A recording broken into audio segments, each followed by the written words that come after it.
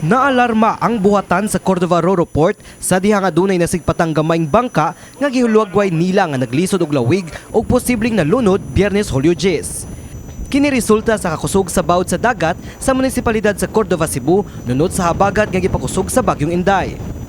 Sa pagsusi sa Cordova Coast Guard, nasayran nga ang bangka midungan na diay sa kusog nga bawd padung sa isla sa hilutungan nga parte sa maong lungsod.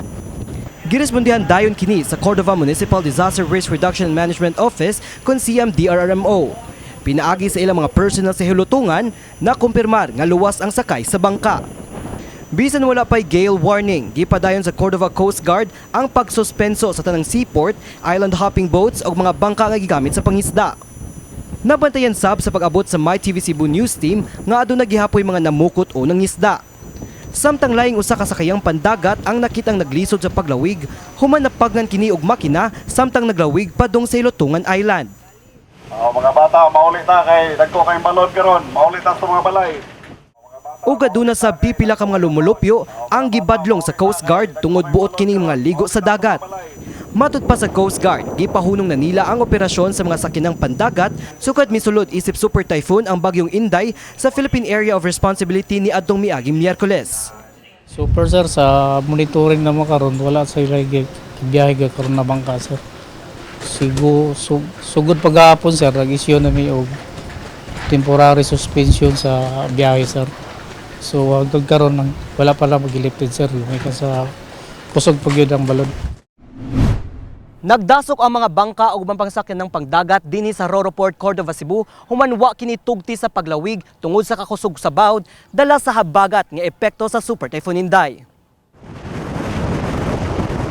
Ang sitwasyon sa kadagatan hingpit nga nakapekto sa mga mananagat. Si Arnold Sibusa, 47 anyos, tulo na kaadlaw nga wala ang kapanagat tungod sa kusog nga bawd. Karong adlaw, lumot ngayong paon alang sa mga mangisda ang iyang gisawom imbis nga isda. Mauli na lagi, padung na uli. Kanya, usa may plano na dito sa pagkonsumo na sa Mangita lag unsay ko sa dapline. Duha ka mga sako ang iyang nakuha ang ilaumang ibaligya bugti sa usa ka gatos ka pesos matag balde.